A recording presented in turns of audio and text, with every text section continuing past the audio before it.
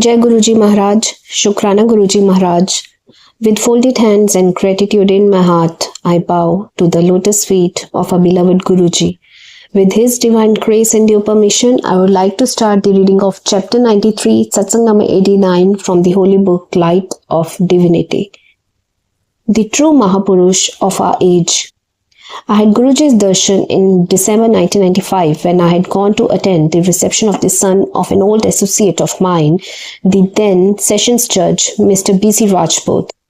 My family and I continued to have Guruji's darshan at Jalandhar, Panchkula, Chandigarh and New Delhi. We had his darshan in the year 2006 on his birthday in New Delhi after a gap of 2 years.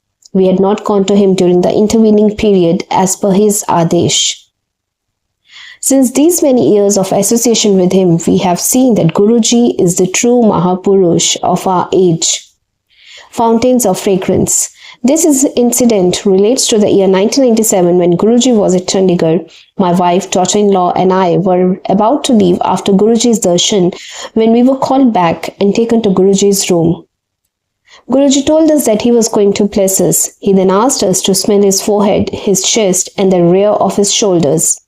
We could smell a strong fragrance that we had never smelt before. It was as if there were fountains of eternal fragrance emanating from different parts of Sri Guruji.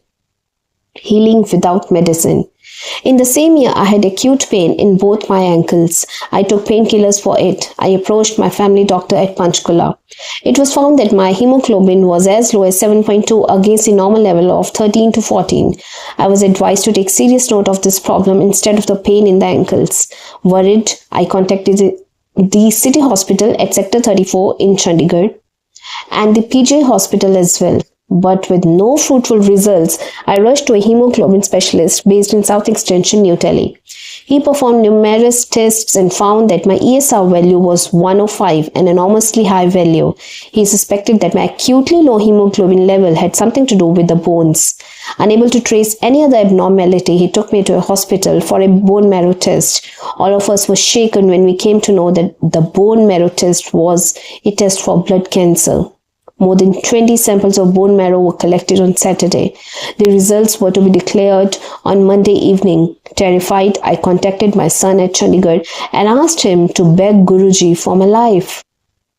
Respected Guruji answered my prayers, granting the wish as he conveyed that all the results would be favorable. After spending an anxious Sunday and Monday, it was a miracle for us as well as the specialist to find all the results normal.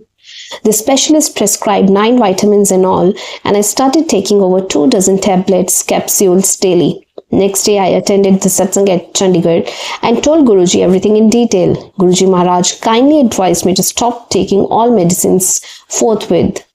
He asked me to drink a glass of pomegranate juice and take a walk daily.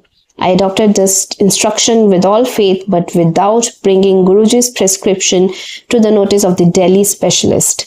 After a month, when I went for a checkup at Delhi, there was a marked improvement. The doctor advised me to halve the dose of medicines. Next month, as there was more progress in my health, he asked me to take the bare minimum of medicines. When respected Guruji was told of the improvement, he ordered me to stop drinking the juice, enjoy life and take whiskey at my pleasure. I have been complying with this religiously and am leading a normal life with his blessings. In short, I have been blessed with a new life, making me a chief engineer. I retired as a superintending engineer in 1982 from the Punjab Irrigation Department. During the course of service, I was posted as an SDO at Fazilka from 1964 to 68. Fazilka, as the crow flies, is only 4 kilometers from the border with Pakistan. On September of 1965, when Pakistan attacked India, there was confusion among the citizens in Fazilka. As an administrator, I was required to transfer women and children to near Malhot. The task was expeditiously done. I also worked with the defense establishment, spending my time with army men in bunkers as the town was under shelling from across the border.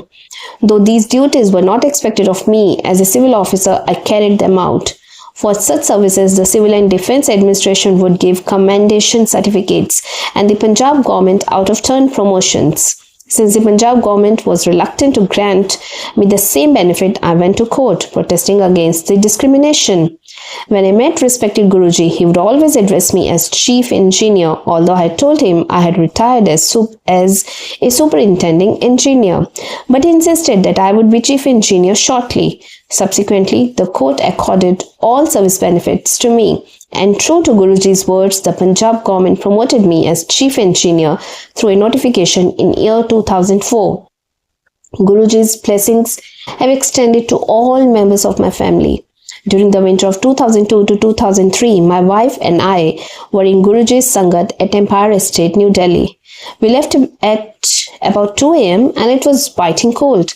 Yet my wife told me that she had been perspiring for the last hour and a half with great pain on the left palm.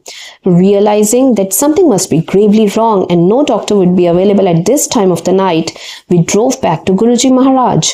He was told about the problem. He took my wife's hand in his and said, "Where is the pain?" "There is no pain. Go enjoy." As soon as he said this, her pain disappeared. The next day when we came, Guruji inquired about her pain. That's how kind he is.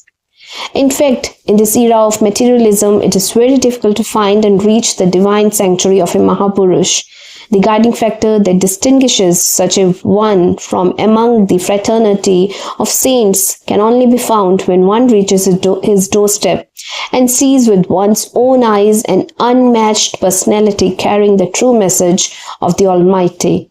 Unlike others, he does not deal in the tawdry things of the earth, leave alone money. Instead, he wields his limitless powers to relieve all mankind of its pain and worries. Sri Guruji Maharaj is a Brahmgyani who came to this mortal world only to redress misguided humanity and show it the right course to salvation. In my humble assessment, we are very lucky to have heard about him, met him, and through his grace have faith in him. Though he has come to us in the garb of a human being, he is not a human being. He is the incarnation of Sri Guru Nanak Ji and Sri Shankar Bhagwan. Satsang of Santokh Singh, retired Chief Engineer, Chandigarh. With this, first and foremost, I would like to seek forgiveness from my beloved Guruji for the mistakes in the narration of this divine satsang. I would also like to seek forgiveness from each and every one of you for the same, and would like to invite you to the narration of next divine satsang from the holy book Light of Divinity. Thank you, Guruji. Thank you each and every one of you.